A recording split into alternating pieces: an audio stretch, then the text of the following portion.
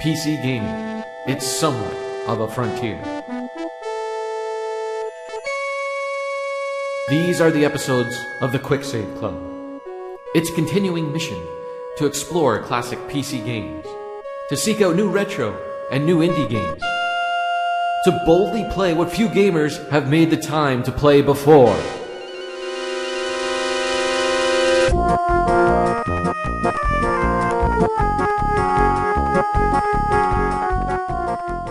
Hey everybody, welcome to the Quick Save Club podcast. The Quick Save Club is a PC-focused spin-off of the Cartridge Club, where every month we choose a retro, classic, or indie PC game to play. During the month, we discuss our experiences as we play the PC game of the month in the Quick Save Club community, on Discord, and in the forums located at www.cartridgeclub.org. At the end of the month, we pick a member or two in the community to record a podcast about the game. In the coming months, we will be playing The Secret of Monkey Island, Commander Keen, Minecraft, and The Seventh Guest. And at the end of this episode, we will be announcing the game for the month of December 2019. If any of this sounds like fun to you, hit us up on Discord or Twitter and join in. This month, we play Black Isle Studios' classic computer RPG, Planescape Torment. And a quick word of warning, when we have conversations, we do jump around quite a bit because we wanted to say that at the beginning here, right? Yeah, we got a little bit of feedback from our few other episodes, and I guess people are used to the Cartridge Club and how structured they are, and we're a little more free form than that. I personally don't like the whole round table discussion of who's your favorite character, and everybody goes and lists off their favorite character, and I mean, most of the time people have to make up who their favorite character is because they don't have one, or they have the same one that somebody already talked about. So I just like, if somebody has a favorite character and they want to talk about it, just let it go. So I know it's a little more frantic, if you will. Yeah. There you go. But it's how we roll. I guess there's two hosts this month. We got Josh, Frantic, and myself, Kevin, Buried on Mars. Ryan is MIA. He is off on vacation. Frankly, I think this game has frightened him quite a bit. He started playing. He didn't seem like he liked it, honestly, when he first started. But... yeah, he had some complaints. There's a bit of a hurdle you got to get through for this game. But I think once you do, it's a very rewarding experience. I agree. So this month we have Pam with us from Can't Be Tamed. Is it Can't Be Tamed or Cannot Be Tamed? Cannot Be Tamed. Oh, see, I got it wrong. Sorry. That's all right. Cannot Be Tamed on YouTube, and this is her favorite game of all time. Is this number one? It is. I sort of go back and forth between this and Vampire the Masquerade Bloodlines, but they're neck and neck depending on what day you ask me. Yeah, I the same way with Super Metroid or Half-Life. To me, it's always the last one I played. I just finished playing Half-Life, so I'm all about the Half-Life. But then when I go back and play Super Metroid, that might move into number one. Mm-hmm. Well, yeah, let's just get right into the game. Let's get into Planescape Torment. I just really want to talk about this game because there's so much. What did we were talking a little bit before we started recording, Josh, and we said it was a dense game. Dense, yes, that's the word I used. That is a word. Yeah, I like it. But before we get into the meat of this game, let's just talk about some of the fun facts. And I'll start us off. Planescape Torment was published for Microsoft Studios. No, it wasn't. Let me start that again. Planescape Torment was published for Microsoft Windows in 1999 by Interplay and developed by Black Isle Studios, the same team that created Fallout 2. Planescape's lead writer and designer, Chris Avallone, I think I said that right, Avallone, also worked on Fallout 2. Planescape was his first project as lead. Josh, you want to do the second one? Sure. The game was kickstarted by Interplay, acquiring the rights to the multiverse Planescape, a Dungeons & Dragons fantasy campaign setting in 1997.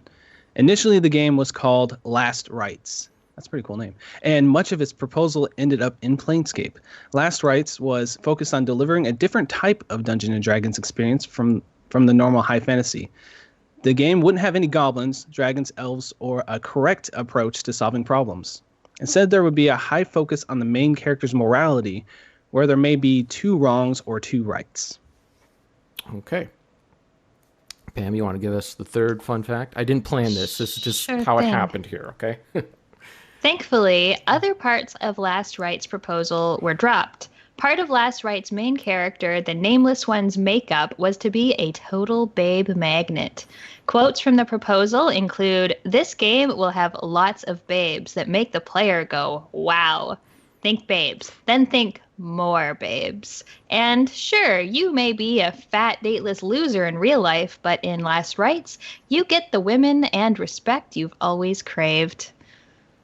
That sounds like Duke Nukem, the Dungeons and Dragons experience. Wow. Yeah, thankfully they cut that. Although most of the female characters are babes. Yes. Like, That's true. They're not really, other than maybe Ravel. Yeah, They're all babes, and most of them are in love with you. So yeah, there are some like old lady that you help out. You know, I think you meet one at a bar and you gotta go find her friend at another bar or something like that. But yeah, for the most part, I mean, you're in a brothel, which is a different kind of brothel, but yeah, I guess for the most part they are. So some of that stayed in, but I guess it wasn't part of the marketing, which is good. probably for the best. Yes. In 2017, developers Beamdog, who already released enhanced editions of the Baldur's Gate and Icewind Dale series, released an enhanced edition of Planescape, which allowed it to be played in HD without mods and made improvements to the UI. That was cool. I like the ability to hit tab and then you can kind of like see everything. That was helpful for me. Yeah, Playing this. absolutely. Yep. Yeah. Planescape Torment took 3 years to produce with a team of about 35 to 40 people, including QA. The game cost approximately between $3 to $4 million and only sold approximately 400,000 copies prior to release of the Enhanced Edition. While the game did turn a profit, it wasn't large enough to encourage publishers or developers to create similar games. Which is too bad. It's kind of good and kind of bad in a way, because this is like the most unique RPG, not even just CRPG, but just RPG I've ever played. And while I was playing it, I'm like, why isn't there more of stuff like this out there? Because even the Baldur's Gate and Icewind Dale games and Fallout, they're different. They're more focused on combat. But this game is not. It is, I mean, you get more experience points through character dialogue than fighting. There isn't really too many places you can actually grind if you wanted to. I think there's one cube where you can go in and it's kind of randomly generated and you can grind through enemies there, but it would take you forever compared to the experience you get through dialogue option. But I guess that's why it didn't sell as well as other projects. So I guess that's why we didn't get more. Okay, so we will do a little round table here, just a little bit. I just want to know if this is everybody's first time playing or whatnot. Pam, this being your first or your favorite game or one of your favorite games, I imagine this isn't your first time playing it. It's not. No, I first played it when I was, I don't know, sometime in my late teens. Someone I worked at a bookstore. And, you know, one of those guys who was always like in the fantasy and sci-fi section, he's like, "Have you heard of this game? It's the best game ever." And I was like, well, I want to play the best game ever. So I tracked down a copy on eBay. I think it was a few years after it actually came out. But yeah, I played it then. And then I've only played it to completion maybe 3 times. But I like to turn it on and then play through the Hive. And then I usually get distracted by something else. Yeah, I can totally see that. And what about you, young Josh? Was this your first time playing the game? Oh yeah, it was. It was. The thing about this is I picked this game up probably 4 different times to start it, just because it was so much. Like I'm so used to high, fast-paced games. It's not what this is at all. But after I started getting into it, I really got into it. So yeah, this is my first time, and I did enjoy it. So. Yeah, I'm in the same boat as you. This is a game that I started to play probably a half a dozen times, and then something comes out, something bigger and shinier comes out and distracts me. And I'll get back to it, and when I get back to it, I forget everything. I got to start back at the beginning, and I never got over the hump of actually finishing it. So this was my first time completing the game, and I'm so glad that I did. So which version did everybody play? Did they play the enhanced version or the original? Enhanced. I played enhanced as well. Okay. Yeah, I guess we all played the enhanced, which I at least with this game, it as far as I know, there isn't too many changes with it. Baldur's Gate's a little different story. When they went and remastered that, they added some characters and some quests and that. And this game is just the pure experience, just with some better UI, and you can play it in HD. Which is important because there is a lot of reading. It is almost like reading a book. I think I read that there was 800,000 words in the game, which is an incredible amount. And trying to read that in SD text on an HD monitor can't be good times. So that's why when I hear that it's coming out on console, I'm like, really? You're going to read all that across the room on a television? Yeah. Well, there is also Switch versions that's coming out, which I can't imagine reading the tiny text all the time. So they're going to have to deal with that. Unless the text, completely takes over the entire screen, I can't imagine playing the game that way. And unfortunately, those announcements of this game coming out on console, I think, stole a lot of our thunder. We planned this game months in advance, and as soon as we decided to do it, they said, hey, guess what? We're putting this out on all the consoles, which I'm happy for. I'm excited for, because a lot of people, I think, are going to give this game a chance, and I think it's going to maybe revive the genre a little bit and maybe encourage developers to make more, especially if there's good ports, solid ports. But I think it did us a little disservice because we didn't get much interaction this month. Even the two hosts waited until, we're halfway through July almost. And I just finished it the other day. And you just finished it yesterday, Josh? Yeah, I just finished it last night. I actually thought that I was going to finish it like 2 days ago, but I was like, oh yeah, I feel like I'm near the end. And then, I played like 6 hours straight, and I'm like, nope. So I finished it yesterday. So yeah, as soon as you open up a new area, it is like another 5-hour journey through that area, which it sounds daunting, but I don't know. I was just having so much fun with it. And for myself, a couple things happened. One, stupid Turn 10 Studios put out the Lego expansion for Forza 4 Horizon, so that took away some time right there. I wasn't expecting that. Yeah, and I was playing Mario Maker. So Mario Maker, yeah. And then we did the Cartridge Con thing, and then I came back with the con crud that took me out for a week. I could not sit there and concentrate on what was going on, so I played something light and easy called Uncharted. And then I was at the cottage and all that. Yeah, man, it just took forever. You mean you watched Uncharted, right? Yes, I sat back and watched that movie. It was pretty good. A few twists in there. But I was glad. I wouldn't say I forced myself, but just like stayed focused. Forced myself to stay focused on the game. And I'm so happy I did, because I got like 2 pages of notes here to go through. So I also wanted to ask about the difficulty setting. I know Josh and I talked a little bit about this over on Discord. I was having trouble. I made it to when you first play the game, they're going on about Pharaoh. I think that's how you say his name. And I'm really bad with pronunciation of the name, so correct me if I mispronounce any names. But he's the first guy that you need to find. He possibly has your journal, and you're trying to track him down. And the area that he sends you to, you got to, of course, because every time you find someone, they send you off onto a quest to go do something.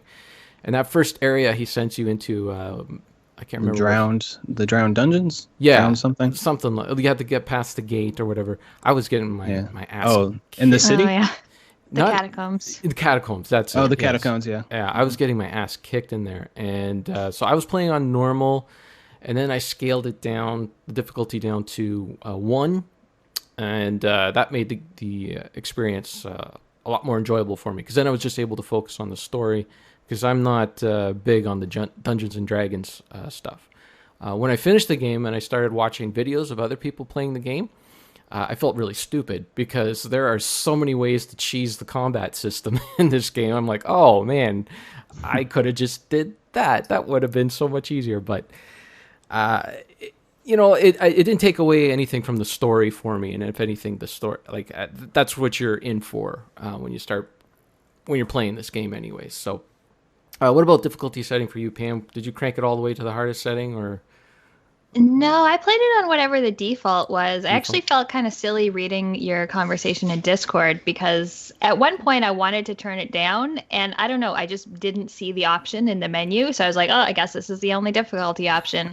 And so that's what I went with because I played as the Nameless One as a mage, Yeah. which makes things more difficult because he's very, very squishy when you don't put those skills into the fighting kind of skills. So, yeah, I was finding he was just dying a lot. And though that doesn't ultimately matter, it was still just wasting a lot of time. But yeah, it was default difficulty just because of my own foolishness. Yeah, I did the mage as well too, and yeah, I agree, very squishy.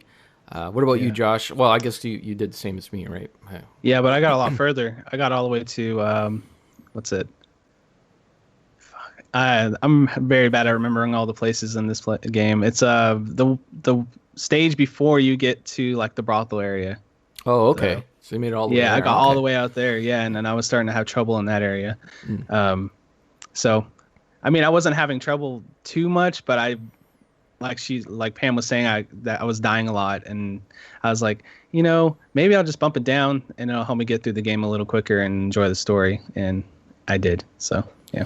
Yeah, when I started watching some videos, what this guy was doing is basically Mort. Is it Mort or Morte? It's like Morte. I always thought you said Mort. Like, Yeah, me too. Okay, so it's just Mort. Okay. See, I'm bad with pronunciations. All right, so Mort is actually your tank character. I did not realize this. What you can do is actually he's the floating skull at the beginning of the game. He's with you throughout the entire game. And what you can do is he's got these things called taunts. And so the enemies will be focused on him if you use one of the taunts. And you can actually put him in a location where the enemies can't reach him. And then you can just take your other characters and just, hack away at the enemies. And the guy played the entire game like that and just cheesing everybody. And he says it's time consuming at sometimes, but I was looking at that. I was like, oh man, that would have been so much easier. Yeah. But I didn't think of him as, he's just this floating skull. I thought he was like a weaker character. He just looked weak, but that's your tank. Yeah. Mm-hmm. Yeah, you don't really think of it. A couple times on harder fights, everyone seemed to want to go after Grace. And I would just run her around and pause and cast spells at things as all the enemies chased her around. So, right, yeah. So yeah, that's a big thing in this game. It's like any CRPG, like Baldur's Gate. You hit the space bar to pause the action, and that's where you do all your spell casting and all that. So it's kind of turn based in a way, but it's like real time turn based. A lot of games like the Dragon Age games are like this as well. But for like we mentioned like before, this game really the combat takes a backseat to the story. So you don't really need to be the most prolific Dungeons and Dragons player. Like I don't know what that THAC 0. I still have no idea what the heck that is. I think that's your armor class. I have no idea what that is. I have no idea why the lower the AC, the better it is. You think more AC would be better, but no, you need lower. I don't understand anymore. I wish somebody would sit down and show me all the Dungeons and Dragons stuff because I can't read and figure it out for myself. But yeah, that plays a big factor. So let's just where do we want to start? I guess we'll just start talking about the story just a little bit before we get into morality. So the story, you start off as this character called the Nameless One. A little bit of a cliche. He wakes up and he has no memory of where he is. And he's in a morgue. These men called the Dustmen. They collect bodies and they get money for collecting these bodies. And you're one of the bodies that they have collect. And right away, I remember that the game Kingdom of Amalur. Have you guys played that? No. The opening of that game totally rips off this game. It's almost the exact same premise. It goes off a little bit different from there, but it was almost like as if that game was nodding to Planescape Torment at the beginning.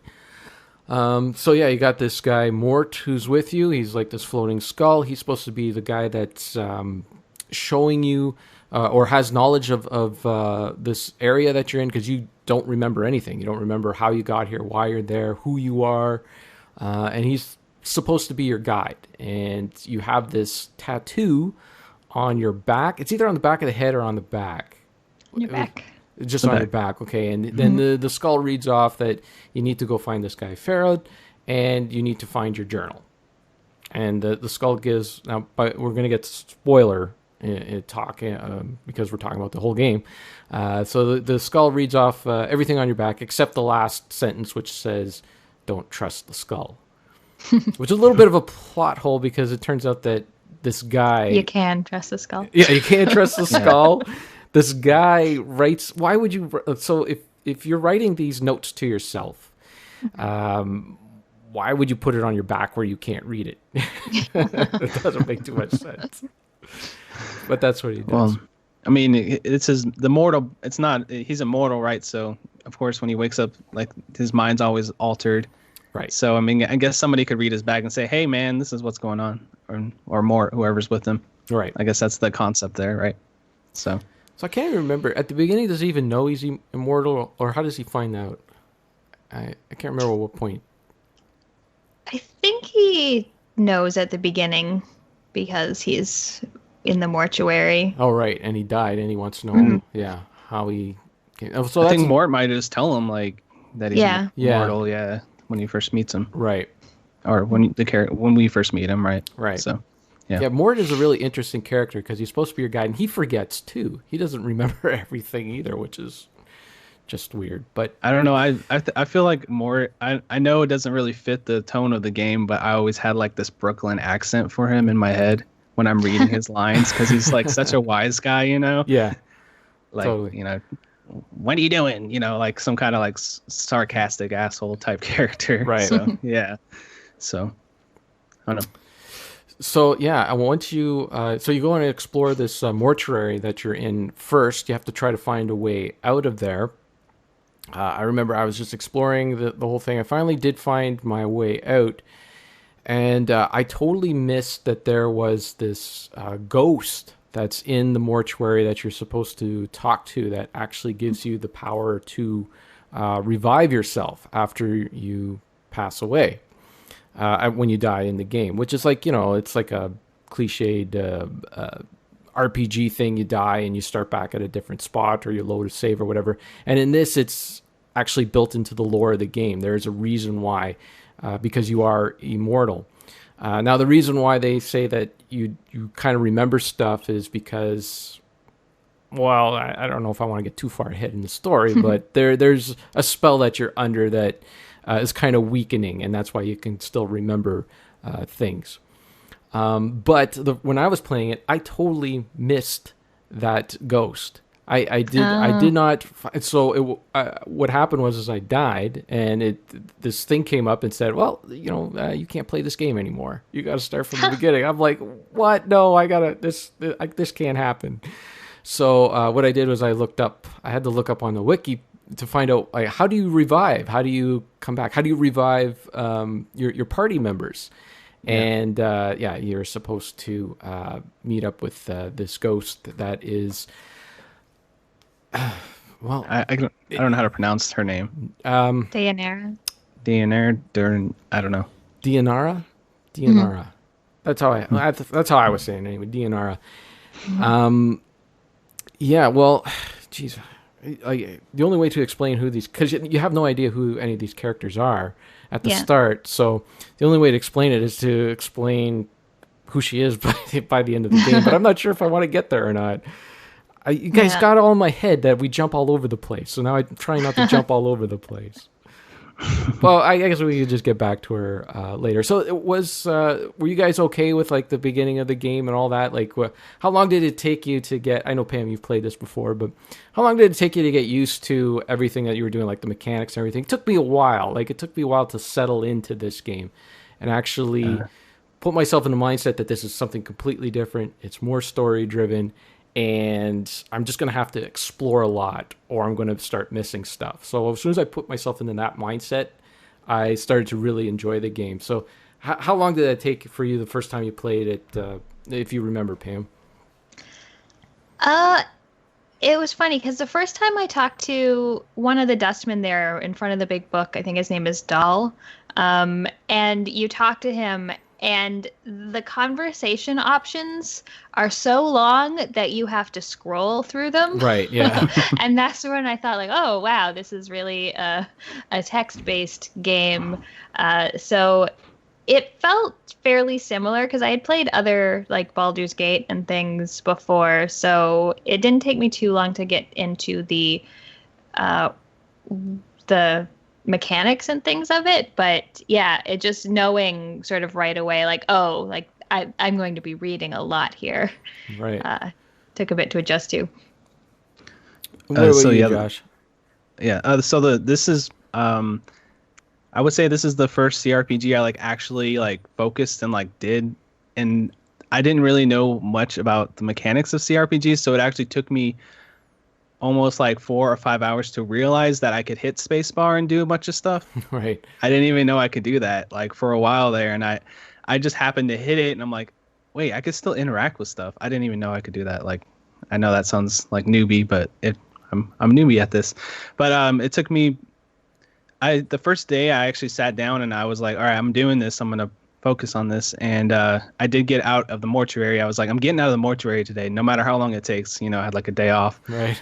And it was like, you know, I felt like I was reading like a bunch of short stories like inside of the world. And I was like, I have never experienced anything like that, like in any game I play, especially modern games where they're like, all right, let's go. Let's do the next thing, you know, a lot of times. And yeah, and I kind of knew what I was in for after I got through the mortuary, and then I'm like, oh, there's a lot more to this world, you know, once I got out of there. So, yeah. Yeah, it definitely. It took me a while too. And that's the thing with this game is you kind of realize that the only way that this story, that this game could be told is through video game form. If it was a movie, it would just be this guy going and talking to a lot of people, you know, and that's really not a good way to start a movie. If it was a book, it would almost have to be like a choose your own adventure book, you know, where you're jumping all over the place. But you know, even that's sets you down a linear path where, you know, in this you can continue to explore and find more and more people. So that's what I really appreciate about this game is that it's that, you know, this is the medium for this type of experience, you know, and yeah, it's unlike any other game that I played. Even with playing CRPGs, really the only part of this game where it felt like Baldur's Gate or Fallout was when you're in the prison section and you need to rescue he's like the fallen angel. I can't remember his name. Trius. Yeah. That part felt like Baldur's Gate. You know, go a lot more combat. Right. Fight a bunch of dudes. Find the guy. Okay, if you want to like, break me out, the guy back. Yeah. If you want to break free me, you got to go fight all these guys and get my sword. So you go fight all those guys, get the sword. Then you come back. That felt like Baldur's Gate, but that was really the only part of this game. To me, anyways, I felt like that. The rest of it was Planescape Torment. Like, it's just its unique thing, you know? Yeah. And it was so different just because of how good the writing was and how interesting all the characters were, even if they were like little tiny characters. Like going through the mortuary, there's a few zombies who are like too far gone to do anything with, but there's the one who keeps walking in a triangle, and there's one that has like a note stuck in its head, and they're all just like these fascinating little stories where Mort fills you in on like the lore, and it does a lot of world building, and they're ultimately completely inconsequential NPCs, but it's just like there's so much care taken into just writing the interactions with them. Yeah, you definitely get the sense that this is a living, breathing world. It's its own thing, everybody you run up to, for the most part, I mean, for anyone who you can interact with has like a backstory or something. Like there's crazy characters in it. It's like you go into a bar and there is a letter of the alphabet in the bar. Like his name is O, and he is a letter of the alphabet. You do not need to run into this guy at all. If you completely miss him, it will not change your experience at all. But it's one of those things that's just there for you to find. And, everybody at this bar has a story, I'm just going to talk about some of the crazy, like just the craziness in this game. Because we're going to talk about the writing now. Some of the things like, okay, so you, how many times in an RPG have you run into a brothel? Like there's always some sort of brothel or ladies of the night for you to find. In this one, there is a brothel in this game, but it's a brothel made for satisfying intellectual curiosity. So you don't go in and satisfy your physical needs; you satisfy your intellectual needs, and you pay women to talk to them. And they're I think they're part of the Sensates. Is that right? Yep. Yeah. Mm-hmm. Okay. And they're a faction of hedonists and intellectuals who believe the goal of living is to feel and see all things. And I thought that was so cool. So that was the faction, right? Yep. It's a faction that I joined, which apparently is big in D&D. Whatever faction you join in Dungeons and Dragons, that's a huge part of your character. Mm-hmm. What faction did you guys join? Pam, which one did you do? I also joined the Sensates. I tried to join the Dustmen, and I feel like I don't know, I went too far or something. I tried to do it too late in the game, and I wasn't able to. But I always find that the Sensates were the sort of obvious choice and the one that was easiest to join. Like some of the others, like the Chaos guys, like just bark at the moon. Yeah. Some of them are wacky for sure. Well, yeah, I think there is, a lot of this is what I've read. So there's 9 D&D alignments, and in the game there are 9 planes, and they supposedly represent all the alignments. So like, I couldn't tell you which one is which, but there's like your good, your lawful good, and all that, and all these areas represent that. You can change your alignment as you play through the game, which is nice. It doesn't lock you into one. There's not a lot of punishment for moving around in that, so there's a lot to explore. Like you're never really felt like as if, like, to me, it didn't feel like as if I was ever locked into something. Like, oh, you made this decision now, and that's it. You're stuck with this. If you want to change, you're going to have to play the entire game again. You're totally open to mix and match and move around anytime, which is nice.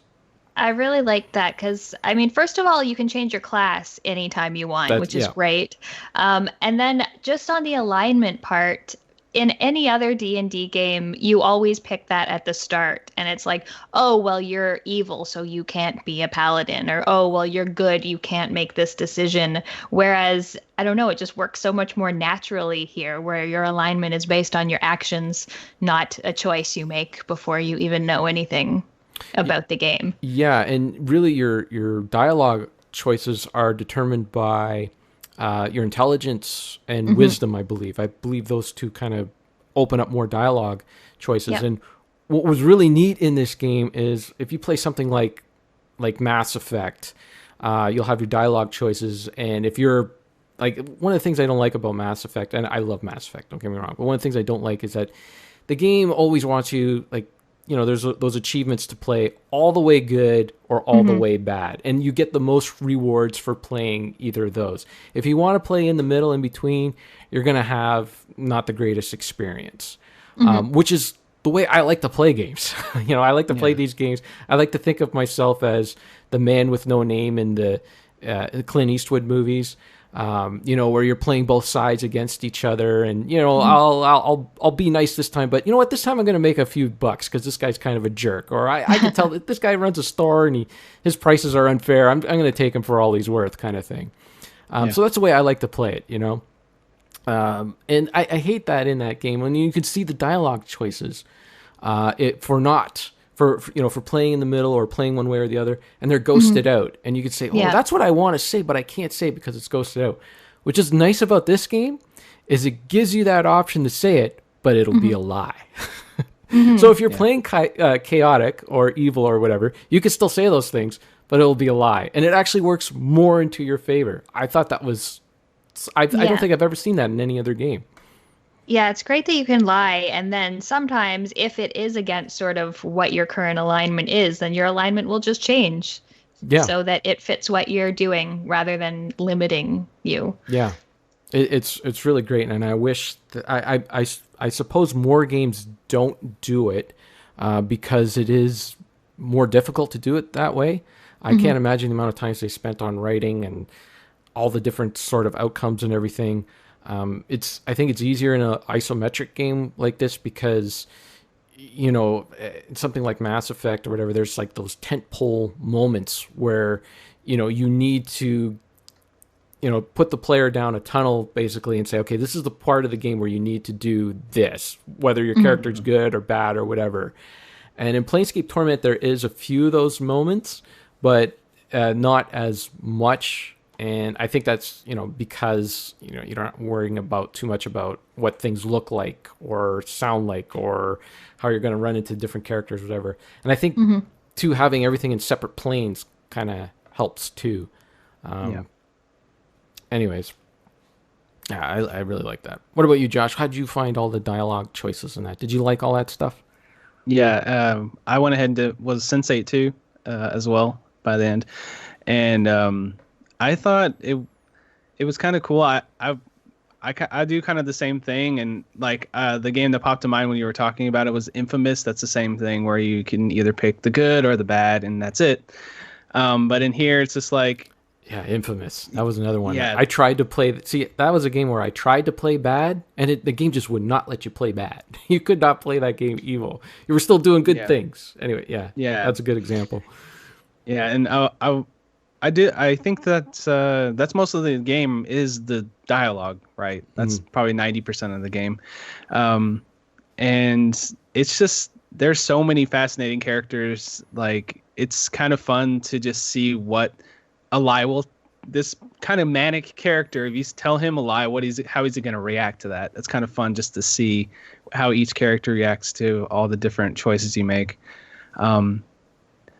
I particularly liked the fact that you could talk to your companions as well, like, and they like would reveal more about yourself. And I thought it was cool that you can spark memories, and then you kind of like go into like little, just remembering it. It's all in text, but you know, it's not like a cutscene or anything, but you're just reading like this like deep backstory from one of your previous incarnations and stuff. It's just really cool. I don't know. And it has the best sound effect when you recover a memory. Yeah. It's like this ambient music. Like, yeah, I like it too. Now, I did find that you still couldn't be truly evil in the game. I think like a real evil character would not care about their immortality or trying to gain it back. I think they would just like, I'm a badass, nothing can kill me, I'm just going to continue to do that. And possibly this character did do that in one of his previous lives, and it probably might have been short-lived or whatever, and probably wouldn't have made for a very good game. But it would have been fun to have that option, you know, like you just got some sort of weird bad end. Like if you just, like say if you just started the game and you just started screwing over a bunch of people, you never went to find Pharaoh, and the game was just like, okay, you know what? We're just going to send in, I don't know, the Planescape police, and they're going to come in and kill you. And that's the end. And you wake up at the beginning and you got to start all over at the beginning. I thought that would have been cool, but you know.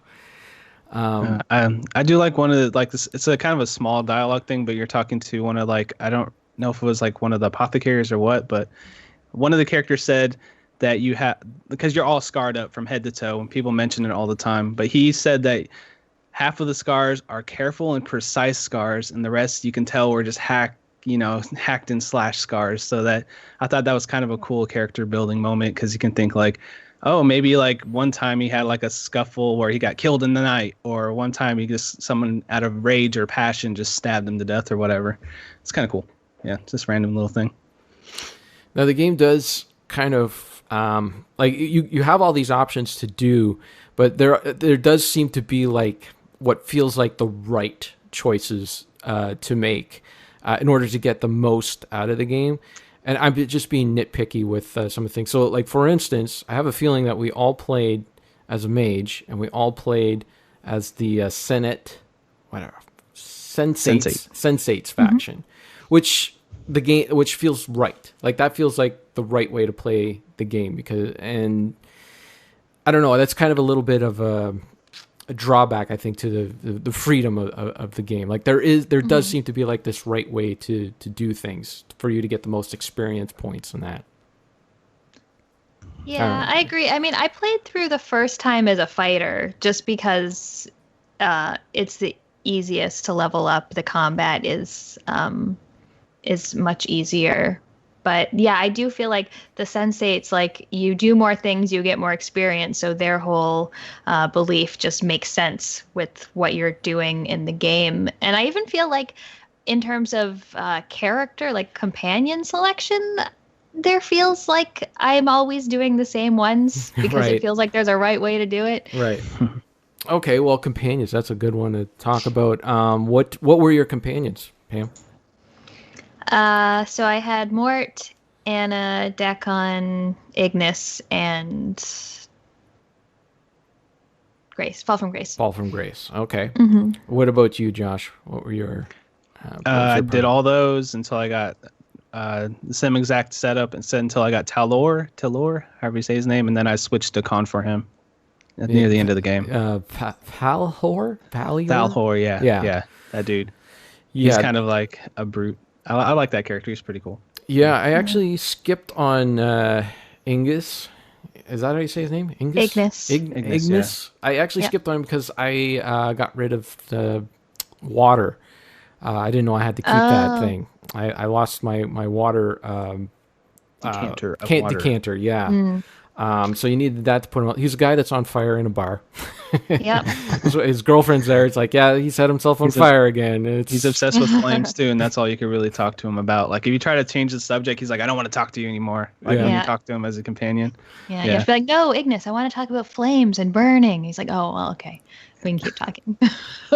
I feel like I really missed out on that character.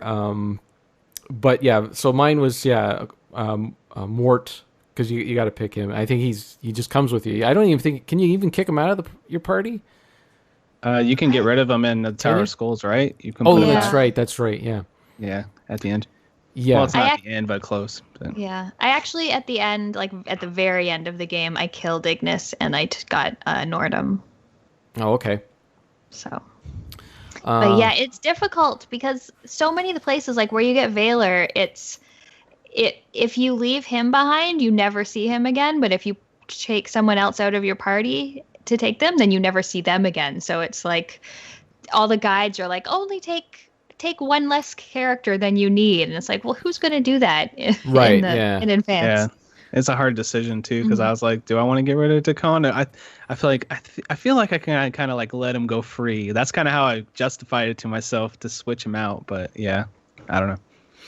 Well, I had Mort, Dakon, Anna, Fall from Grace, and Vahilor, however you say his name. But I wish I would have had Ignis instead, because Vahilor is like so like they all have like their own alliances and that, except for I think Mordorm from the Mordorm Cube, which is another part I missed in the game. I wish I would have went through that. I found out about that one after. Vahilor, he kind of screwed me over towards the end of the game, because I wanted to let the one character, the fallen angel guy, I wanted to let him live, and because his character was lawful, just kills him. Right? He's lawful good. He just follows the law no matter what. If you break the law, that's it. You're dead, kind of thing. Which even the nameless one character says to him, well, you killing all these people, that's not a good thing. But he's like, yeah, but they're breaking the law. I guess they're like Judge Dredd or something. Jeez. Yeah. But yeah, I had Anna with me as well the whole time. I forgot to mention that. Yeah, I kept her with me. I liked her character, even though her character wasn't really that good in combat. I didn't find, but I just liked her character. I liked Fall from Grace. I liked that whole brothel stuff and all that. So I brought her with me. Plus, she was the only healer in the game, as far as I know. So I thought that she would come in handy, and she did. She would heal up the crew a lot. The cone, I saw that you and Pam said that he isn't a very good mage, and I gotta agree. I didn't understand his powers that he had, because he comes with like 3 sets of powers, and every time anything that I used with him was actually stuff that I gave him later from finding scrolls, and I found him more handy as just like if I used a magic missile, well, he would have a second magic missile that I could use. Mm-hmm. Yeah, the dual class characters, I don't know. I didn't find them that effective. Yeah. I think Anna is also a fighter thief. And it's the problem with those too, I found, was like you would find something that a fighter could use, like a piece of equipment that a fighter could use, but none of them could use. Thief, So but Anna was good at lock picking, getting me into things and all that. Yeah. So she was good to keep around for that. Okay. So yeah, again, like it kind of felt like as if there was the right people to pick, party members to pick for this game as well. Mm-hmm. Although I guess we all got rid of one different character, so it does make it a little bit different. Make it a little bit different. Yeah, I suppose so. I just like some of the backstories of the characters so much, especially how they intersect with the nameless one, like how many of them have a history of it with them. Like I really like Dakon because of the history together and finding out that you as the nameless one actually gave him his unbroken circle. Right. So I always thought that was cool. And then even Valor, he's really interesting because he's just like this embodiment of justice. Like he's actually dead. His body is rotted away. He's just a suit of armor that is so determined that it's continuing to move around. Yeah, it's a cool character, good idea and everything. Just I wish I didn't have him at the end because I didn't want him to kill that guy. I was like, you jerk. I wasn't expecting that. Yeah, I was just my mind just goes to Kingdom Hearts every single time. I just thought of the lingering wheel from Kingdom Hearts. We can move on. It's fine. Okay. I haven't played Kingdom Hearts, so I'll just Okay, so moving on with the story. So first, there's Farad. He sends you off into those catacombs to find this bronze sphere. Then you find out as the game progresses, you find out a little bit more and more about yourself. You find out that this nameless one, he's immortal, and he has these lives. He keeps living these lives over and over again, and every time he wakes up, like he doesn't remember anything, but other people that he's had interactions with remember him. And then so that's how he pieces together who he is and what's happening. So once you get Pharaoh and this cube, your next. The game kind of gets into a little bit of rinse and repeat in a way. Good thing the writing was fresh enough to keep you going through this, because it does. You go into an area. Okay, find Pharaoh. He's going to send you off on a mission to go find something else, and then then you get into the next area. The next area you got to find what's her name, the witch. Ravel. Ravel, right. Ravel. Yeah, Ravel. So it's like the same thing, and you find, again, you run into her, go do some things for me, and then, more of your story gets released, and then your next mission to find the fallen angel guy. I don't know why I can't never remember his name. So it's a little bit rinse and repeat like that, but, thankfully the story is deep enough to keep you going, interesting enough to keep you going. How did you guys feel about that? Like, did you feel like, oh man, here I go again, another area to do, or was it like when you got to a new area, was it exciting to you that you had 5 more hours to explore in another area?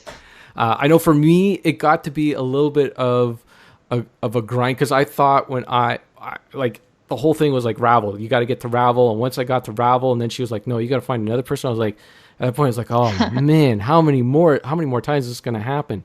But as the next area opened up to me and more stuff was happening, I got quickly back into it. But it did feel like as if there was a point where if this wasn't like a game of the month thing, that new flashy game might have distracted me at that point. So were you feeling that at all, Josh, at any point? Yeah, definitely a few times. It does sometimes feel like, hey, here's a fetch quest, but here's some really cool writing to go with the fetch quest. But you're still gonna have to run across the map and come back with something else occasionally. But I mean, that's just boiling it down to like being very nitpicky, I guess. But yeah, I thought like you said, the story and the writing and the characters, like every time you go to a new area, you're meeting probably 50 characters that all have like so many things to say, and you just kind of discover who they are and what that area of the world is all about, like each section of the world. Like, I don't know. I thought it was, like you said, you occasionally feel like you're kind of rinse and repeat, but it's still interesting the entire way, no matter what. Yeah, so. How about you, Pam? Yeah, I agree. I mean, there are those sort of 3 or 4 major go find this person big quests, but there's so much stuff in between. And every time I entered a new area, first of all, they were all quite different. And there was just always filled with quests. Like even at the beginning when you're in the hive and there's the 4 sections, they send you, you're in the northeast, and they're like, oh, well, go to the southwest. And on your way to the southwest, you find like 24 other things to do on your way there and other quests to pick up. So I don't know. I felt like it was pretty nicely laid out in terms of where you were going. There was even some quests that seemed to sort of be mocking the whole fetch quest. Like there was one guy in I think the lower wards who was like, go print out some waybills. Now deliver them to this person. Now deliver them to this person. I think the whole when you first become a mage with Mabeth, one of Ravel's forms. Oh yeah. Which you find Spoiler out later on. Yeah.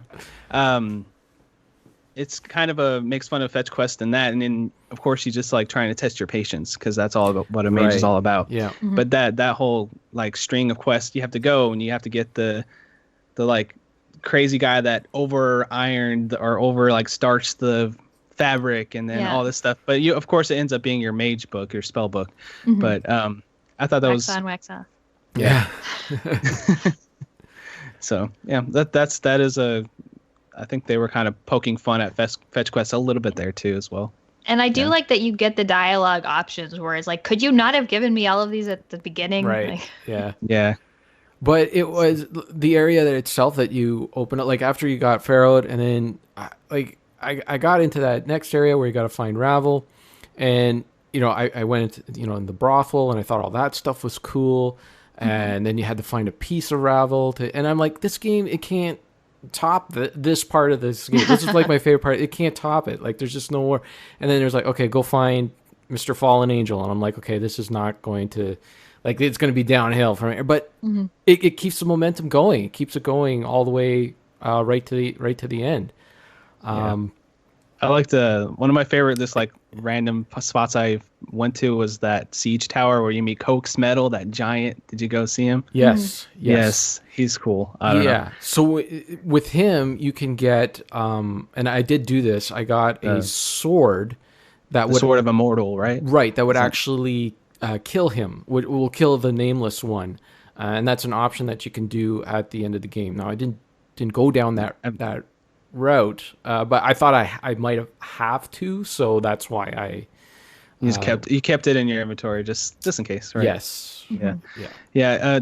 Is there I never tried it, but is there like an option to like kill yourself at any time with that item? Like yes, and I did try to do that, but there's something.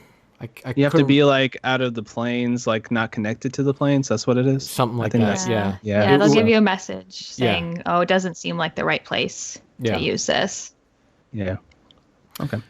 Yeah, that was cool. And then that area, once you go with into Ravel's area, and she does her whole spiel on that. The next area, it's like that Mad Max kind of world, dystopian society, like where little raptor-looking creatures running around and stuff. Yeah, and people were just all fighting each other and killing each other, and I just thought that was so cool. Like now you're in this kind of civil war thing happening. You had to be quick through that too.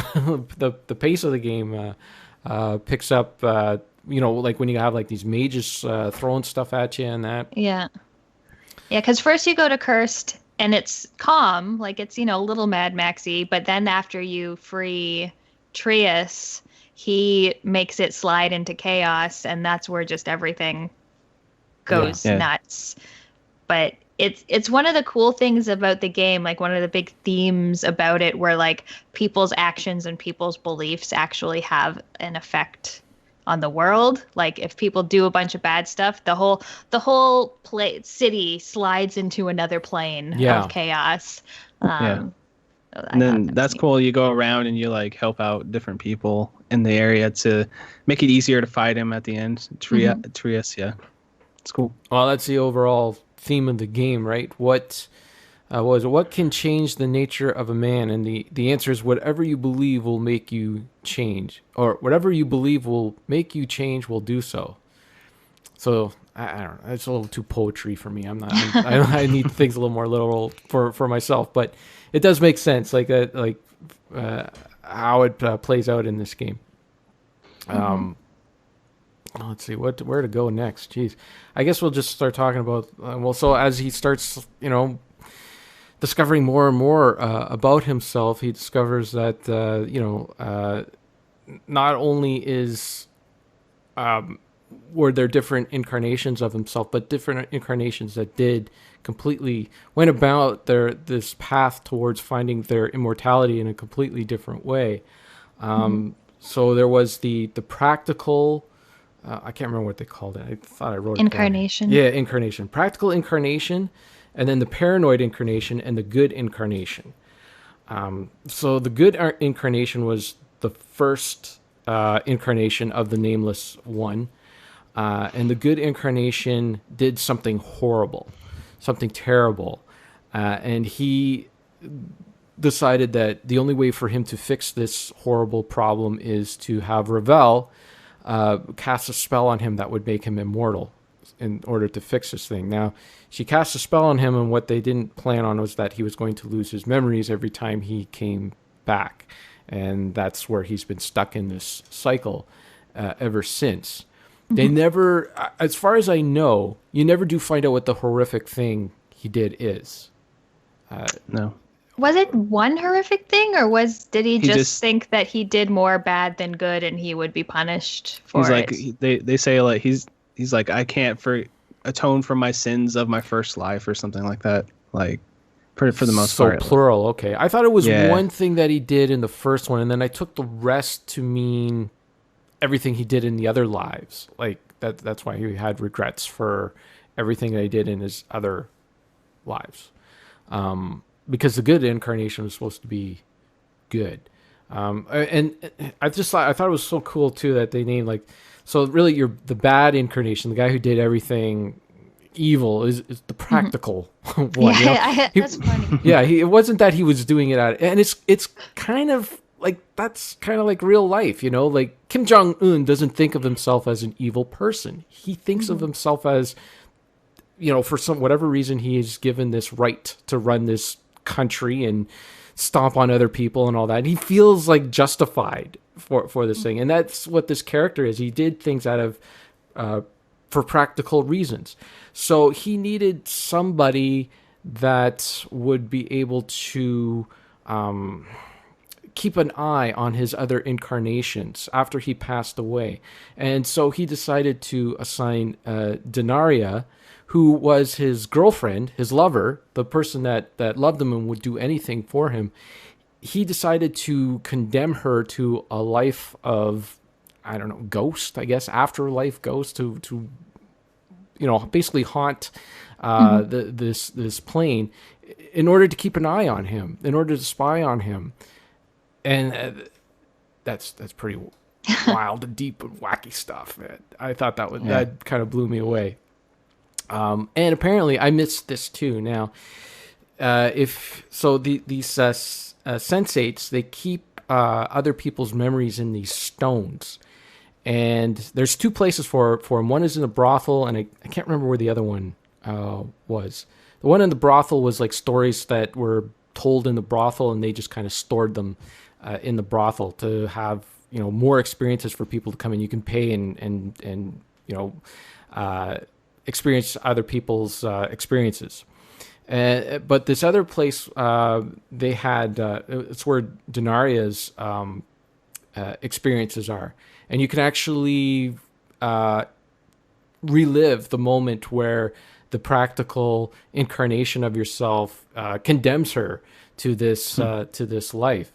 Unfortunately, I missed it. I saw it in a video afterwards, and I wish I would have gone through that. Did you go through that at all, Josh? No, I didn't find it. That sounds really cool though. Makes me want to watch the video. Is it just like one of those memories where you read it, or is it like a cutscene? No, it's where you read it, but it's pretty powerful. No matter how you align your character still breaks down and cries no matter what.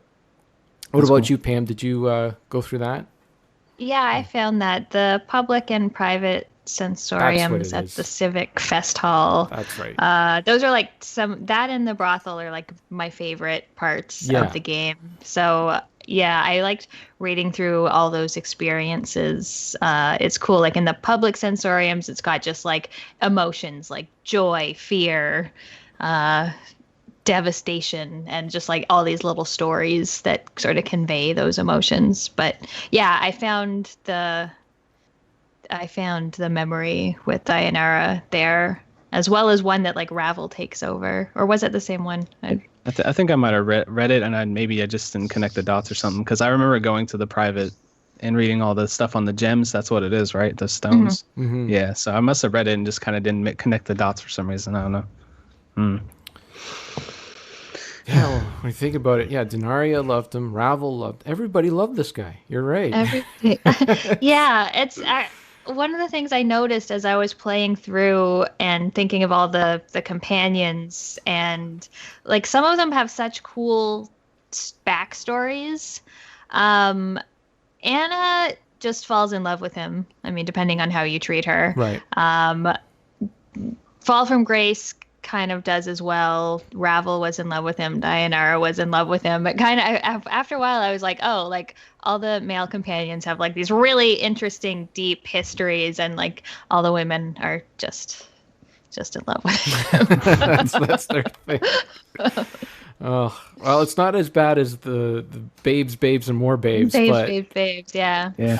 And Fall from Grace is a very interesting character, like all the dualities of the chaste succubus, and everybody hated her. Like when you go anywhere, it's like, get that the Takari out of here. I could smell it. Mm-hmm. I did find some of the they weren't. What did they call them? They didn't call them. Some of the ladies that were working in the brothel. I can't remember what they called them, but they did have some interesting stories, like the personalities. Different. And tracing down like how to find a piece of Ravel. Well, that was like my favorite quest in the game. Trying to find out how you're going to get a piece of her to find Ravel, and going through all these ladies' personalities and that. And they kept saying go to the same person. And then it turns out that there was some creepy dude that was turned himself into an armoire and was spying on everyone.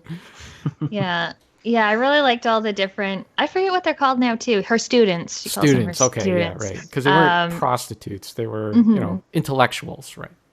Yeah, and how there was like one who would tell you stories, and one who would like challenge you to games. I liked how that one was basically a Monty Python skit and would just abuse you. Yes. Yeah. Yeah, it was good stuff. Yeah, I loved all that. Okay. Where else? What else to talk about? Jeez. Okay, so yeah, when you get towards the end of the game, and you have it turns out that what you're trying to chase is your mortality. I wrote down morality here, but it's mortality. I miss. Hold on a sec. This is gonna drive me nuts. Mortality. There, I spelled it right that time. Okay, so you're chasing down your mortality, and so you have like these different incarnations of yourself that had lived and died, and you meet in this one area, and your mortality not only left you, but it manifests itself as a separate identity that you need to confront. Yeah. Really, this game is really trippy. I wonder how much wacky tobacco was smoked while they were writing this stuff, because it is pretty out there. Before you go and handle your mortality, though, there is a bronze sphere that you collected from Farod, and this bronze sphere, this is the part of the game where you can open it up, and the Nameless One can discover his name and who he is. I don't think they ever tell you who your name is, but this is where you can discover more about yourself. Now, for me, I had the bronze sphere, and I kept the bronze sphere, and so in this game, you have a inventory system, and you only have so many slots, and you got to figure out what you want to keep and what you want to get rid of. Now, what I did was I would give a lot of my stuff to Anna, because she was going into things and opening up chests and that, and it's, I give her a lot of stuff, and I'm like, this bronze sphere, it seems like something expensive. I'm going to give it to her. At some point in the game, she died, and I had to revive her, and I revived her. But when that happens, that character drops all of their inventory, and I missed that part. No. So I got to the end of the game, and I didn't have the bronze sphere. I was so disappointed when I found out later that how important that thing was. Now, you can still finish the game and everything, you still play the game, but you miss out on a huge part of the game. Yeah. So I'm going to have to go back and play it. What about you, Josh Silva? Do you kept the sphere and all that? Yeah, stuff? I kept the sphere. I kept the ring, her ring, and then I kept the Blade of Immortal. And I figured like these are like really important. They feel like important items. Yeah. Before I went to that last area. Yeah. So I wish that they would have given you like a separate inventory, for special things. Yeah, like a lot of games will say this is important for whatever mission or quest. You can't drop this. This is a quest item. You can't drop this. And I feel like that would have been in a one, to do it for. But I don't know, for whatever reason, this game's open, right? You do whatever you want. So, yeah. I feel like it's not even that obvious that you should go back to Farad and pick it up off him. Yeah. Like, there is a conversation with Anna where she says, oh, maybe he has a treasure room in his place that he lives. But, like, it's kind of a pain in the butt to get back there. Yeah. And I didn't even go back and get it at first until I read a wiki, and then it reminded me that I should actually go back and find that. Because I could very easily see people just not even going back for it. Yeah. Not even knowing, so... I knew enough to every time I killed a boss, even though it wasn't really, I don't know, you didn't really kill him, didn't really a boss. I knew enough to go and pick up stuff, so that's the only reason why I grabbed it. But yeah, the reason why I went back is because I went to the Tower of Skulls and he's in there, and he talks to Anna. Right. So I was like, you know what? Maybe he has something, back there, and then the bronze spear was where his like little throne was, so I picked it up. That's why I went back and got it. Smart. So, yeah. I don't know if I could have gone back there and picked it up. I should actually check to see. I think once you take it out, right, like it's wherever Anna had died, even if the game remembers where that spot is. I don't know. I don't even know where it is. I've just lost track of, because I was good at, like, when a character died, you go and you pick up her stuff, but I don't know, I just missed it that one time, and that was it. It was gone. So depending on how what your stats are like, you can handle your mortality in different ways. You can battle it out, or if your wisdom and intelligence is high enough, you don't even need to fight him. You can just kind of outwit him. So that's what I did. I built myself up like the intelligence high and wisdom high enough where I was able to convince my mortality to join me without fighting him, and that's how my game ended. What about you, Pam? What did you do this time around? Well, I did the ending a few times because the first time when you meet your other incarnations and you can convince them to like merge with you, once I accidentally hit one of them and caused combat and I killed one, and it seemed like one of the options when the conversation options was gone once I got to the what's his name? The immortality, the transcendent one. So I reloaded and went back and convinced my other incarnations to merge with me, and then I was able to talk to the transcendent one and outwit him. Cool. Yeah. What about you, Josh? What did you do? I ended up outwitting him too, but that's because before I even played the game, everybody's like, intelligence, got to be smart in this game. Right. So I just plugged everything to wisdom intelligence when I could. So Fair that's enough. why. You can also, I think, that's where that symbol, not the symbol of torment, but the Blade of the Immortal comes in, where I don't think you need as much wisdom and intelligence, but you can be like, I can kill myself right now, and he'll be like, oh, okay. Yeah. Yeah, that's actually the dialogue I chose. It's like, okay. hey, I got this blade that could kill me. If I kill me, you could die too. You know? Okay. So, yeah. Cool. There's also, I guess, the boss before you fight your mortality was the you either run into, depending on how you play the game. If you play the game evil, you run into Valalor, which is really wacky. I mean, he could either be in your party or he could be the second boss before the end of the game. So it's either, or if you played good, it's Ignis. Ignis. I don't know why I'm having trouble with that name. Now you guys had Ignis in your party. Did you fight him because you played good? Yeah, I fought him. So what does he do? Does he leave your party and just turn around and say like, I'm gonna start whipping you around, or what? They just do like that little like black cutscene thing where it's the two characters and he's like, oh, I see you came, and then you just fight him in that room before you go to them. I see. Okay. Yeah, so. That was that might have been the toughest fight in the game for me. I had a little bit. I had to use like every spell I had in order to take him down.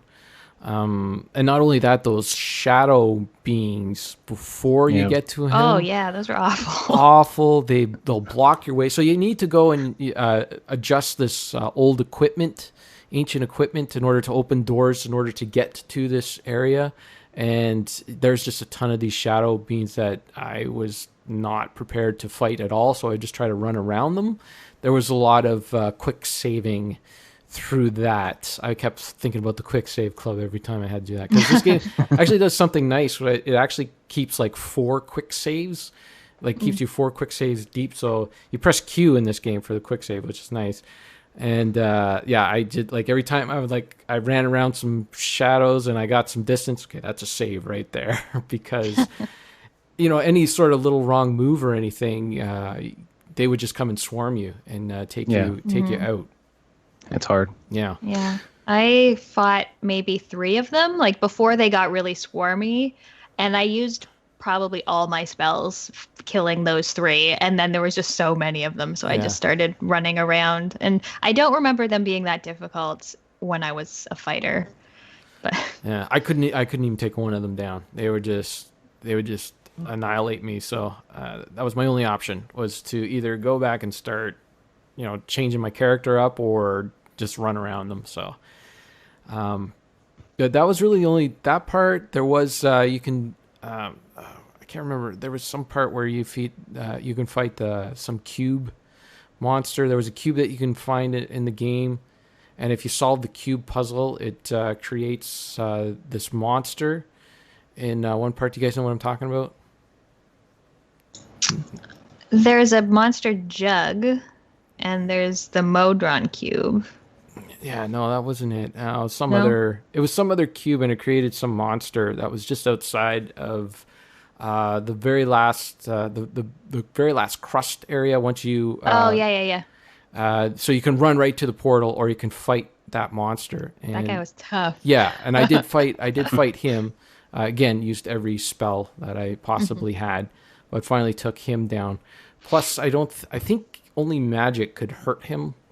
He didn't Yeah. really like your physical attacks can hurt him, so that took some time. And plus, I lost Anna's. I got her a magic. She uses I can't remember. Was it? It was some sort of.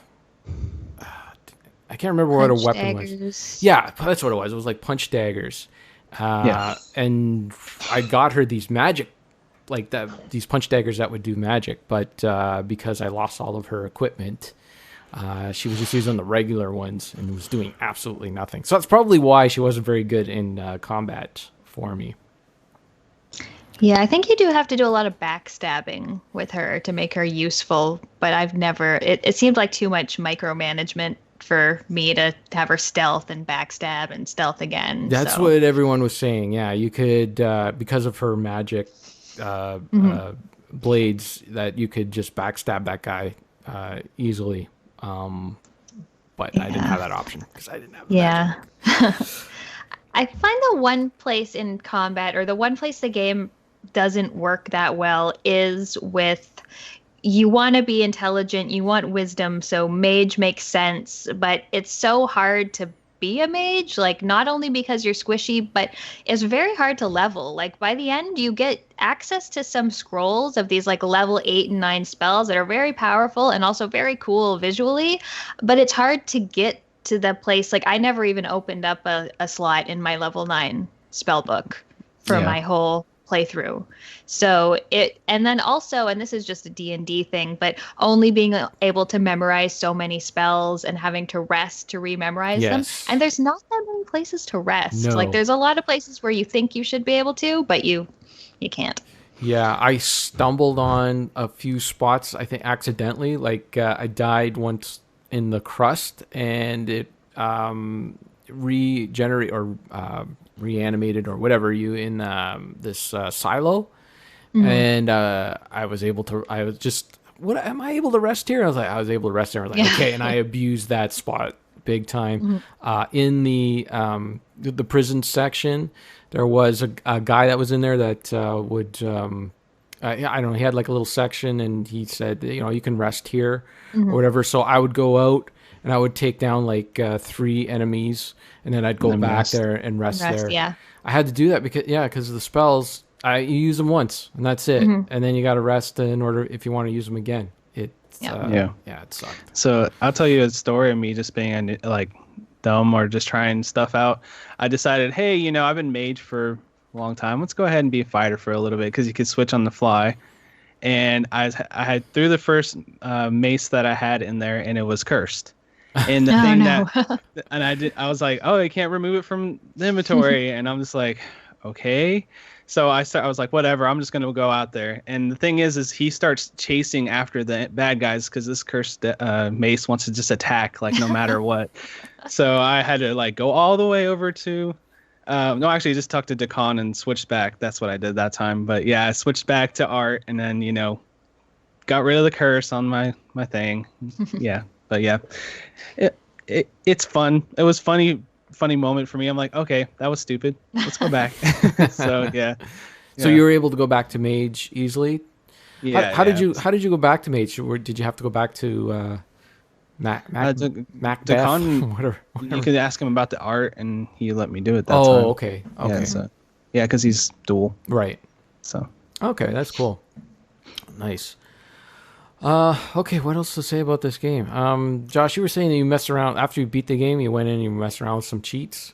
Yeah, just to see what they're like, because sometimes that's fun. But I mean, mostly it's just like, oh, you can make your mouse pointer an instant kill, so you can go around just clicking on people and killing them if you want. Yeah, why not? Give yourself all the XP, be completely leveled up, and walk around. Oh, that's a question for you guys. Did you guys accidentally kill someone and then it turns out like you couldn't finish a bunch of quests because you killed them. For me, there was that one guy. He was like a wizard in some area, and he made a bad deal with some sort of lizard creature or whatever. And he's like, going over there and talk to that guy and get me out of this situation. So I went over there and talked to him, and it seemed like the right thing to do was tell this guy the truth, this lizard guy, the truth of what was going on. And next thing I know, that guy was dead. The lizard guy went to and killed him. And I couldn't finish like a bunch of quests because they were like, oh, talk to this guy. I'm like, I can't, he's dead. Oh. Did that happen to you guys at all? There's a couple of times where it's like, go help this person, like in the crust a couple of times. I think that's the main time. Cecilia, that's what I remember. It's like, go help Cecilia, and then she's over there, and then I try to fight her, and I do like a lightning spell and kill her by accident. So yeah. I couldn't save her. I was sad. But no, I don't think I killed anyone I wasn't supposed to. Just sometimes my party members. Yeah. Well, you can revive those guys, so that's all right. All right, fair enough. I guess it's just me playing poorly, not thinking ahead. What about... So I didn't mess around with any of the cheats. Pam, did you mess around with any of the cheats? No, I didn't even know there were cheats. Okay. Can we talk a little bit about like the voice acting? I know there's not many lines of spoken dialogue, but it's got a pretty good voice cast. Yeah, it's gone. I'm gone. Updated my journal. Jennifer Hale is in it. Right. She's Dianara and Fall from Grace. Mitch Pileggi from The X-Files. Assistant Director Skinner is Decon. Oh, really? I didn't know that. Yep. What's his name? Castellaneta, Homer Simpson. Oh, yeah. He's, I think he's Nordum. Is it Nordum? I think so. I don't know. I know one of the Mort sounds like one of the Animaniacs. I think so. It's Yakko. He sounds like Yakko. That was the only voice I recognized in Jennifer Hale. Those were the only two I recognized. And Vaylor is, is it David Keith or Keith David? David Keith. Oh, that's right. David Yeah, Keith, he's in this game too. That's right. And he's Yeah. Vaylor. That's right. I did recognize him too. What's their commander in Mass Effect? In Mass Effect, yeah. That's right. He's in a lot. He's in Saints Row. Tons of stuff. He's in They Live, the movie They Live. Yeah, I really like the voice acting. I kind of wish there was a few more spoken voice lines. Like occasionally your companions would like say a little bit to each other, not quite to the level of like a Dragon Age conversation, but like they'd just have two lines back and forth. I found at the end when there was more combat, they kept getting mad at me for clicking. Like they were commenting like, stop clicking on me. Really? Yeah. Oh, I didn't get that. That's funny. If you leave the game idle, they'll say stuff to you too, like, what's going on? Are we leaving? Like they'll start saying like, let's go, because I've let the game idle a couple times. So, yeah. It was nice though, like when you were in the dialogue trees and that, and you would get some spoken word because it was so infrequent. It was like, oh, I'm on the right path. I'm on the right track. This is something important now because they're actually talking. So that was one of the nice things about having so few lines of dialogue. Yeah, it was effective when they did that. Yeah. And then the other thing that they used very sparsely was just cutscenes, which didn't happen very often. And they were usually just locations. Like it was usually just a location transition. Yeah.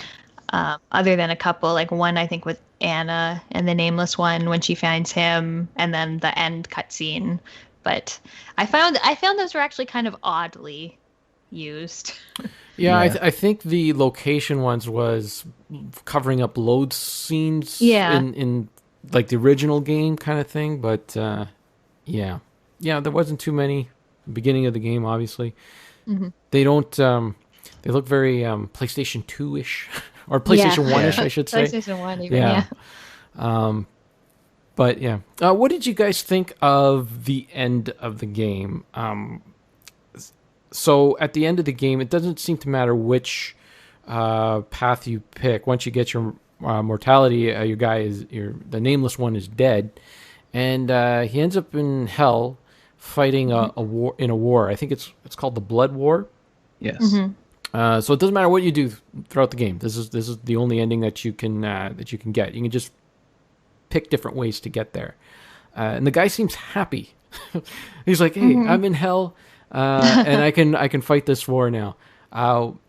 What did you think of the ending, Pam? I think it was good. I mean, it was sort of everything coming full circle. The good art incarnation was trying to prevent going to this blood war when he died. And now he's just sort of going back and going where he should have gone in the first place.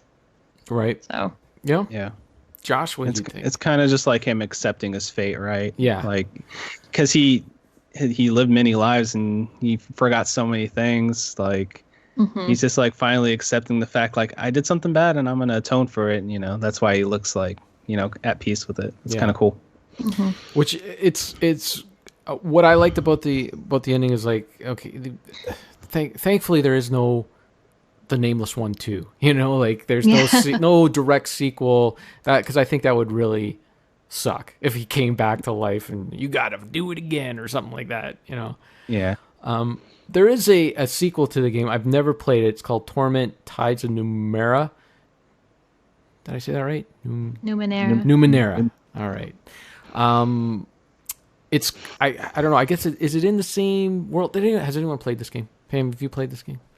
Yeah, I backed it on, I don't think it was Kickstarter, but one of those crowdfunding platforms when that was up. So yeah, I played that when it came out. It's not in the Planescape universe, so it's not in like with Sigil and all the portals going everywhere. It's a whole different sort of rule set called Numenera, and it's sort of about, the character is kind of similar. You play the last cast off, and there's this godlike man who has got the secret of immortality by being able to cast off his current body and inhabit the next one. So you play the last body that he cast off. Okay. So you're kind of a blank slate. And the world is a place where civilizations have like risen and fallen. So you're always finding like weird little artifacts from old civilizations. Civilization. Okay. Yeah, civilizations. Did you like it? Or is it? Would you recommend that? I did like it. It was very like the same thing, like very dialogue heavy, very much about the story and the characters. It uses turn-based combat, which I generally prefer, but occasionally when there's like 12 different enemies, it gets to the point where you're like, okay, like when is it my turn now? But yeah, it's very well written. I wouldn't put it quite at the same level as Planescape. And the other thing, actually, which I didn't mention, is that I love Planescape Torment's character sprites. Like, compared to like a Baldur's Gate or whatever, they're bigger and they're detailed and they've got a lot of character to them. Whereas in Numenera, they're kind of bland looking. Like everything kind of looks the same. But yeah, it's good. It's the same, very similar in the wordiness. Okay. And the world building. Yeah, it's interesting you mentioned the sprites, because I guess we talked a little bit about it in the fun facts, but they did strive to make Planescape Torment not high fantasy, not, no dragons, elves, like just the same kind of cliched things. It's more of a steampunk vibe, I'd say, to it. Like I mentioned, that one level looks and feels a lot like Mad Max, which 20 years ago was like probably even more hip and fresh and new than today, because like today there's a lot of steampunk out there. So yeah, I kind of like that. I appreciated that too, because I like dragons and stuff. Stuff's all cool, but yeah, it's kind of overdone, overplayed. The build up to fighting a dragon is just kind of like, okay, it's cliched, at this point. So it's nice not to have that in this game. All right, what else is there to say? You guys got anything else before we go on to our recommendations, whether or not we will recommend this game or not? Nothing else? Okay, good. We touched it all. We've done it all. We said it all. Excellent. Planescape Torment. Josh, you're young. You're hip. You're with it. Not to say that you're not Pam, but just Josh is like he's younger and hipper. I'm getting older. I'm getting older. No, I mean, would you recommend this game to your young friends? My young friends. I think all my friends are in the Cartridge Club. So Would you recommend it to the geezers in the Cartridge Club? I'm just kidding. I think that yes, I would recommend it. It's just you got to go in knowing what you're gonna get into. If that makes sense. Like if you go in thinking, oh, it's just gonna be, I'm gonna just go hack and slash like a Diablo, or like more combat focused. That's not what this is. You just got to know, like, hey, this is gonna be.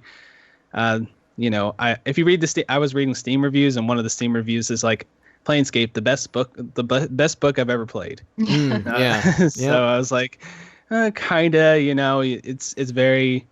it's kind of like reading a good book with interactions, kind of. And if you go in knowing that, I definitely recommend it. And it's just one of those you have to stick with, because it's kind of easy to be like, okay, I did this section. I don't know if I want to go through all this again. But the thing is like, it gets so interesting, like to discover who you are, because you don't know when you first start, and then just meet all the new different characters and interact with them. It's just like, so it's very compelling once you get into it. So yeah, I would recommend it. Cool. What about you, Pam? Yeah, I definitely recommend it. The same thing, sort of with the caveat to people, like, you have to be ready to read. Like, don't sit down and read a book. You should play this instead. But yeah, I think it's great. I think it's some of the best world building and writing of any video game out there. I just love how every little story, every little item can like spark the imagination. It's just so well crafted and written. Like, I just pulled up a item description. It's called the Stone Gullet of Lefale the Gross, and the description is: the gurgling stone gullet of Lefale the Gross is not as well known as most artifacts tend to be. No wars have been waged over it, no betrayals, no epic journeys into the underworld, only a few moralizing sorcerers, a fat man, and his stomach. And it's just like every little item. Yeah. Like this is just gives you some stat boost, but like every item has this like great description. I mean, other than the cheese, but yeah, cheese. There's cheese and poison cheese, and that's pretty much it. Yeah. Man, we didn't even talk about the tattoos too. You can get tattoos. Oh yeah, the tattoos, Yeah, and I actually or like the Drowned Nations versus the Warrens of Thought. Yeah, it's there's so much. There's so much. We could be here all day. I'm going to give this a hearty recommendation as well. It does feel like a little bit of a grind at time when you get into a new area. It feels like you're starting from scratch a little bit with all these, not your character, but all these people. You got all these new people to meet and go through this all again. But once you get past that, and once you just get into it again, it's like a warm bath. Once you get into it, it's like you don't want to get into that bath. But then once you get into it, it's like you don't want to leave. I really didn't want this game to end. Like, as I was getting closer and closer to the ending, I was like, I really wanted to do more. And I was so tempted to go back and explore more of the area. And I did keep a save there. But I think because of the screw up I did with the bronze sphere, and a couple of, like, that guy dying on me, and that I kind of want to start from scratch and go through it again. But this is easily the most well-written game I have ever played. I've played the Baldur's Gates. I love them. I played Fallout 1 and 2 a few times. I love both of those games. But this one is just so well-written. I was captivated to see what was going to happen next. And it took me a while to process the game too. When I was done, I put it down, and I went to a cottage for the weekend. And at night, I would just be thinking about this game. I'd be just lying there thinking about and just letting it all sink in, because there was just so much there. And it's not in my top 10 list yet. But I think as the further away I get from playing the game and all the good stuff, I just keep thinking about it. And as I go and I'll probably play it again and go through it again.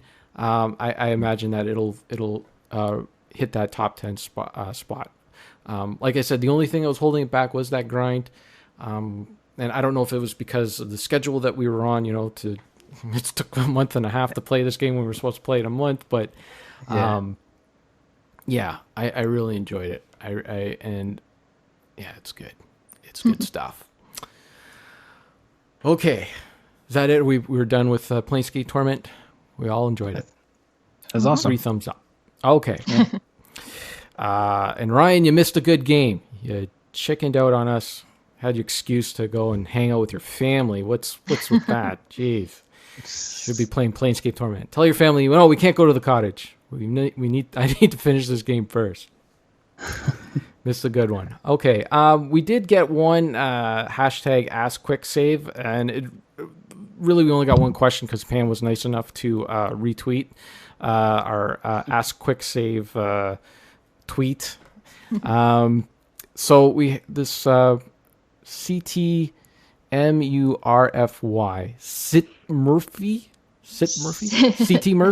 CT Murphy. He asked, and he's probably just asking Pam, but we're all going to answer anyways. He says, "Who's the best character, Valhilor or Valilor?" So he's obviously saying that was his favorite character, and I did see that a lot. I saw that quite a bit of people were saying that was their favorite character. I don't know. I thought he was a little bit of a buzzkill. I mean, yeah. I liked the whole fact that he's the zombie with the armor and that, and he's just like this. But I wouldn't keep him in my party again. I didn't find him that fun to have in my party. He was just constantly like, "Oh, you're not supposed to be doing that." It just felt like a downer to me. I don't know. He kind of acts like your morality. Like he keeps you from doing things you want to do. Yeah. Or so. And I thought that would be cool. I thought that would be good to have in the party, to have someone that's constantly like, a bit of the yin and the yang, well, he shouldn't do that. But I don't know, he was just too much. There was just no wiggle room with that guy. He had too many rules, and I ended up not liking him. What about you, Josh? Who's your favorite character in the game? I don't know. I would probably say just Mort because he's a Weisenheimer, I guess. But I liked him, and of course the main character's the most interesting because you find out all about him. But I think Mort was kind of like a comic relief, and I just liked him. I don't know. Did you talk to Mort and go through that whole? I had this whole thing where I went through him and I talked about because he has like this crazy past too, where the nameless ones grabs him from this the Tower of Skulls because he basically shouts the loudest in the Tower of Skulls and says, "Hey, save me from this thing and I'll be able to help you out." And really he can't. He's a bit of a charlatan. Really all the stuff that he promises he can do, he really can't do, even though he's very loyal to the nameless one, as it turns out. It's like don't trust the skull, and then there's actually an achievement that pops up later on. It's like trust the skull. Oh yeah, that's right. Discover his past. That's right. So, yeah. I just thought he's just a fun character in this like bleak world. I felt like because of just he has like insults and stuff he can throw out and stuff like that. So yeah. And I like how he gets new insults when you ask someone or someone just decides to start cursing at you. Yeah, he levels up his taunt skill. I was reading that there was plans for him to have over 100 different taunts or something. Oh wow! Yeah, but it was going to be way too much, and so they ended up cutting it way back. I'm not sure how much they cut it back to, but 100 would have been a ton. Pam, what about you? Did you have a favorite character in the game? I mean, I really like the characters who make your own character better. So I like Dakon and Ignis. Ignis is a cool character because he's just like so consumed by fire. Like he's the opposite of Valor. He's consumed by fire instead of justice. And as you're learning spells from him, he'll teach you things, but you have to like give him a part of yourself. So there's one part where like you had your old eyeball, which was sitting in the Right. bar. Yeah. And so you can be like, here, you can take my eyeball, but then he'll take your other eyeball instead. And so you give him pieces of yourself and you lose health, but he gives you new spells. Sort of the same way that Dakon gives you the Unbroken Circle of Zerthamon, and as you learn that, you get new spells from that. So I really like the characters who seem the most intertwined with the Nameless one. That's cool. Cool. For me, I liked all the ladies in the brothel. I had fun with them. They were good times. I liked talking to them and finding out all their different personalities. I liked, finding the one's veil who could turn people into stone and all that stuff. I really enjoyed it. Okay, well, thank you for the question, CT Murph. And let's just get into the wrap up here. July's game, which is right now. I've been playing Secret of Monkey Island. I've been playing the enhanced edition a little bit on the Xbox 360. Just so I can go back to the PC and enjoy how much better it is on the PC.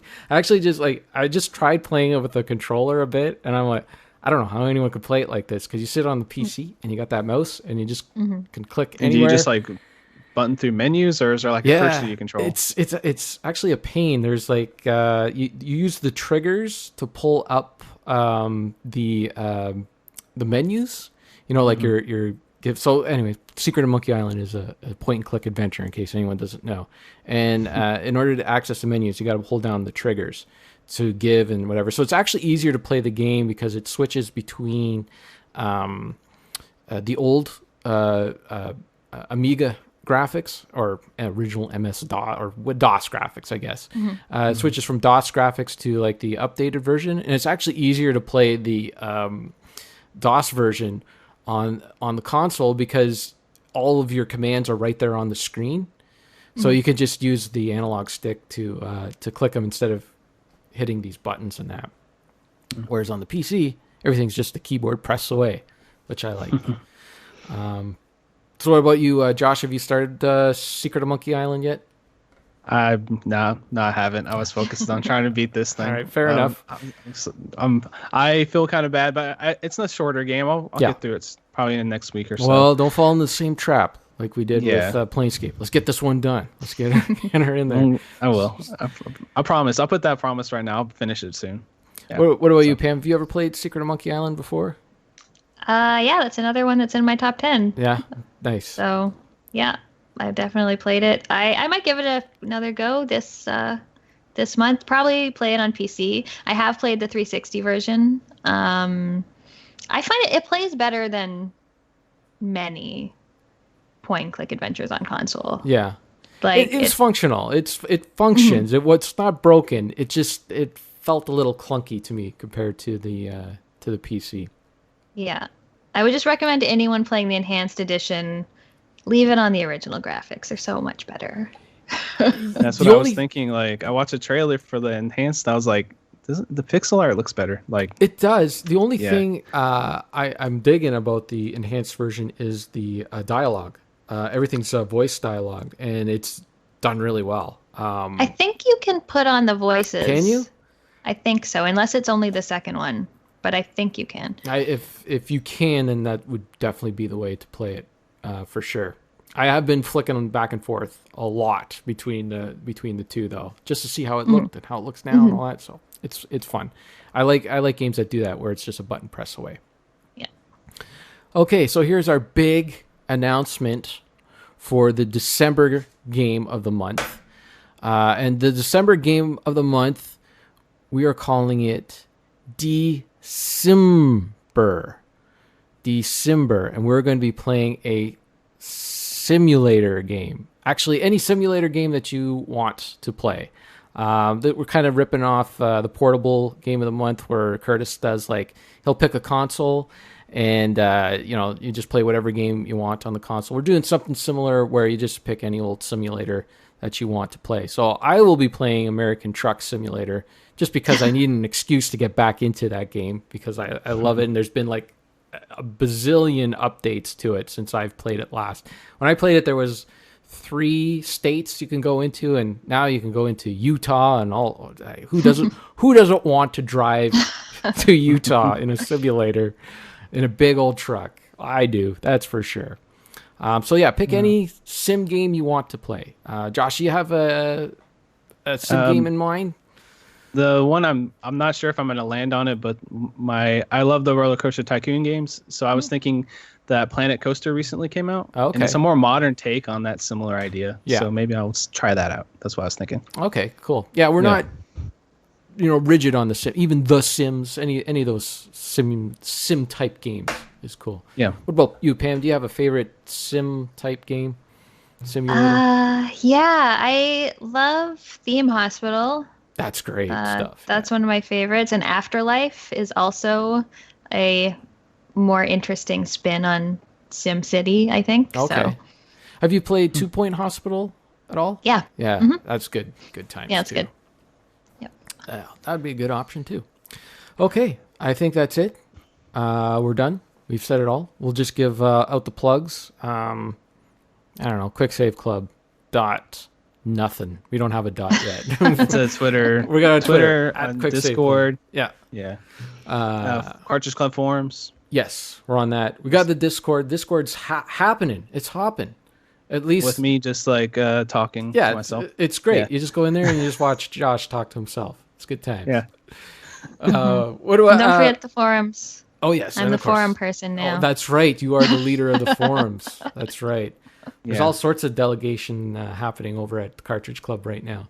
They tried to sucker me into something, and I weaseled my way out of it. And then they tried to sucker me into something else. Oh, no. That I have to weasel my way out of. I do enough already. I got this. I got enough going on. Pam, what would you like to plug? Anything at all? Anything you got coming up video-wise? We're probably going to do a review of Bloodstained Ritual of the Night. Okay. Soon, as soon as I finish it. You were playing it on the PC, of course, right? No, I'm playing on Xbox. Ooh. Why would I play Metroidvania on PC? Metroidvania works well on PC. I play tons of Metroidvanias on the PC. They're good times. Other than that, also working on Aladdin. Oh, for the Genesis? On the Genesis, Oh, yep. nice. Okay, cool. That's one of the games that keeps surviving my purges. I keep that one in there. It's good times. It's a fun one. Yeah. Yeah, you can find those at my YouTube channel, Cannot Be Tamed, where I pretend to like video games. That's according to some people. Yeah. And you brought back the podcast, Media Mavens, has made a recent comeback. It's had a couple episodes in the last year. Yeah. Riley is spending another year in South Korea, so Oh, wow. I don't know how many more episodes are going to be, but Well, enjoy it while it lasts. So go check out Media Mavens. Go check out Cannot Be Tamed. She does do PC reviews as well. I do. I did a big documentary on the Dig, 27 minutes long. Oh, biggest that's right. video ever. That was an awesome video. I really like that one. Thank you. I haven't watched it yet, but it's on my list. It's on my to-watch list. Sorry. Okay, that's it. Thank you, Pam. It's been a blast. Thanks for talking about Planescape Torment. I know a bunch of people out there missed it, so you're probably listening to this after you played it on the Switch, and you're like, how did they play this game? You can't even read any of the text. Well, this is how we played it. We played it on the PC. All right. It'll just be a visual novel on Switch. Well, that worked with 999, right? That was pretty good with the DS. I guess that kind of works. So maybe it'll work. I don't know. I hope that a lot of people do end up playing it, so we do get more of these types of games. We do have like a sign off or something, right? Doesn't Ryan say something? He says crash the computer. Crash the computer. Does he keep playing and have fun? And does he have a saying? And then there's like a Windows crash sound effect or something. Bonk. Yeah, that's it. Bonk. That's right. Bonk. Well, the intro is going to be all different and everything because I don't have any of his sound effects in that. So I'm going to be doing a different thing, I guess. Unless you want to edit it, Josh. I can. I don't mind either way. Well, you're a busy guy. I don't want to bother you too much. I can do it. It doesn't matter. We'll talk about it later. All right. Cool. All right. Yeah, nobody needs to hear this. All right. So I guess bonk. Thank you for listening to the episode, everybody, and catch you next month.